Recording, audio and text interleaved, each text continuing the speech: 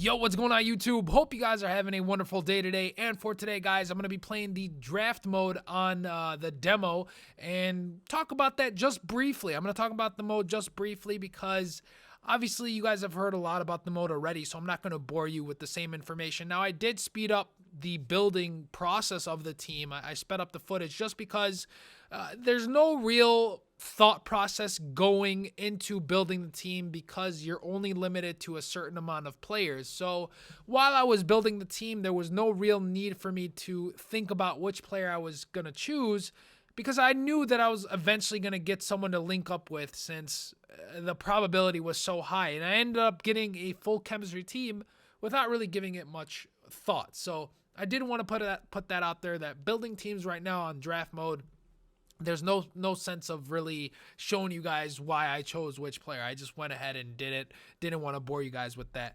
Now, I will say that the draft mode is awesome. I'm very, very excited for it. I think this is the one thing that Ultimate Team needed and needed something new to spice things up, especially without having anything new over the past few years. This is one thing that they finally needed to do, and it was a great, great addition to the game. And if for those of you guys who played seasons quite a bit on Ultimate Team, you'll know once you get to Division 2 or 1, you are playing the same type of teams, the same formation over and over and over and over and over. And I'm sure you guys got bored just like I did. I got terribly bored of seasons, and I played seasons quite a bit. That's pretty much all I play on Ultimate Team. And finally, there's something else now to dive into, and there's a variation. You have an option. You don't have to just play seasons if you want to be competitive. So I'm really happy about that. Now, another thing I want to bring up, I don't know if this mode is just going to kill off tournament play and seasons completely. I feel like people are so excited about this mode, they're going to forget about divisions. They're going to forget about the tournaments, and everyone's going to be playing this. So that's a good and bad thing. Let me know what you guys feel. Are you guys still going to be playing divisions? Are you just going to get to Division 1 and say, forget it, I'm not playing divisions anymore? Are you even going to play tournaments? I guess it all depends on the rewards. And from what it looks like, this is going to be the best thing to get the coins the quickest, since if you win 4 times, you most likely will get a really good reward. So we'll have to see. I'm not sure what the best way to get coins will be this year. They still haven't confirmed price ranges either, so we still might have trading back into the game. So we'll see what happens. I know a lot of you guys feel that you were still able to trade with price ranges, but with all of that said, yeah, this mode is going to be awesome. I can't wait for the full version so we have the full pool of players to choose from, and choosing players actually matters who you choose. Let's get that out of the way completely. Now, going back to gameplay. I did do a video yesterday based on my first impression, so if you haven't seen that, be sure to check that out because I've been able to refine my first impressions, I should say, since I've been able to play the demo a little bit more. And I've got a better feel for the game. I also put the AI on legendary difficulty, and I think that's the highest difficulty, and I wanted to do that just so I wasn't able to run through the defense like I was able in my previous video. And in my previous video, I just wanted to get my hands on the demo and see what was different. This time, I actually wanted to go in and focus on the game and see what things are effective and what things aren't effective even more so.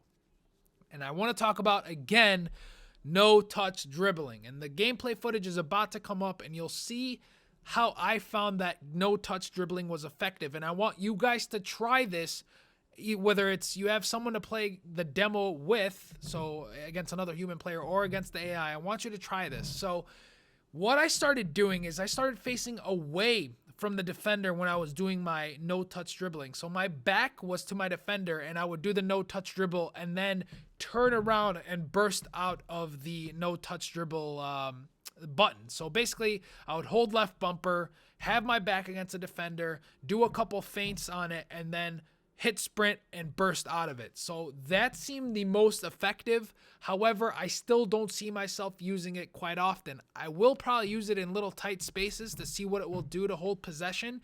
But if I did it facing the defender, I always lost possession every single time. I lost possession over and over and over when I tried that. As soon as I turned my back to the defender, it seemed to be more effective. Now, again, this is against the AI, so it's going to be really different playing against another human player online. And I know this is all, it's so hard to talk about what's good and what's bad when you're playing against the computer, because so many things can change. One thing you guys can see quite often that the computer does, that right stick flick feature where you're able to bump the ball away, that seems to be so good. And I don't know if it's going to be a little bit too good if you have pacey players. It's actually kind of scary. You will see that I did it one time. Is it this one right here? Yeah, right here. Griezmann, I did the right stick flick, and John Terry kept up with me. Now, I don't know if that's because it's on the legendary difficulty or not, so keep that in mind. But that was kind of crazy because Griezmann's got, 50 more pace than John Terry, and he was able to keep up with me. So again, is it because it's on legendary difficulty? I'm not sure. Is it refreshing to see slower paced CBs slower paced center backs to be that effective? I don't know. It could be. I mean, that might be a really good thing. If John Terry's that effective, it could be a really good thing. Another thing that you guys noticed right there with Yaya Toure, I tried to pass it and he just passed it out of bounds. There are, in some cases, the passing is very, very off, where it's not even passing to the vicinity of where you're aiming it to. I don't know if that's a glitch or a bug or something that needs to be cleaned up. I'm hoping it is. I did read a tweet from Hectic Juke saying that the day one patch does not come out with the early release, meaning I don't know if this is the actual version we get to play for the first few days and then the day one patch comes out, or if there is an updated build that we haven't played. So that is something to say. Passing in some scenarios is completely inaccurate. So I don't know if they're going to fix that or what. Now, I'll go back to passing in just a minute. As you guys can see here, I again used the no-touch dribbling, and you'll see I did one or two moves and then just get out of it right away. And it seems like those are the spots where you can use it and get some use out of it. So if you're busy holding that left bumper or L1 button and trying to constantly do no-touch dribbling, it's not as effective. If you do it once or twice and then get out of it right away, it seems like you can get away from a defender. So maybe when someone is using contain, you can use it against the defender that's containing you. I'm not sure. Another thing right there, that slide tackle animation, love that. From the back right there, got possession of the ball. That is something I wanted to see last year that they said they were going to put in the game, but it never seemed to be in it. So I love the new slide tackle animations. Here's an example of what I said before, using that no-touch dribbling with my back against the defender, and I'm able to get some space and draw the foul. Didn't do much with the free kick. That's why I didn't show you guys. So again, try it out. Let me know how that works for you. If you have more success with no-touch dribbling with your back against the defender, let me know. Back to passing. This is a very important thing.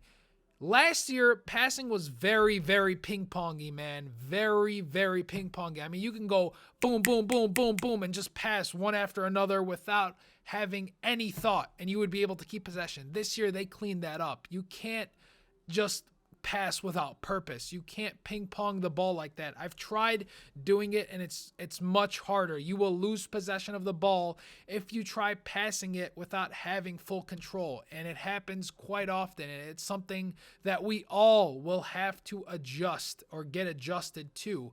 And I do like that. I really do like that they made passing a little bit harder.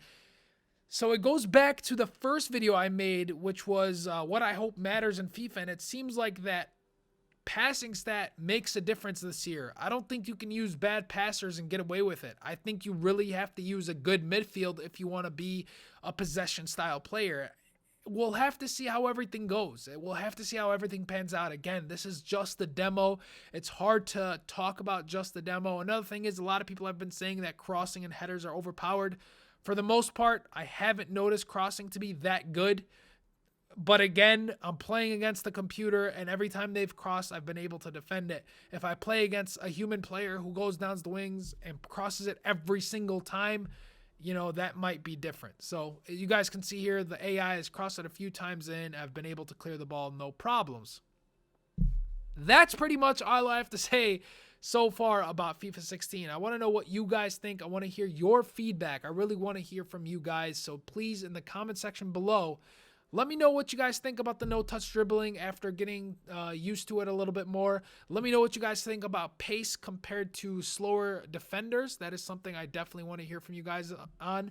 And I want to hear from you guys on on this right stick flick.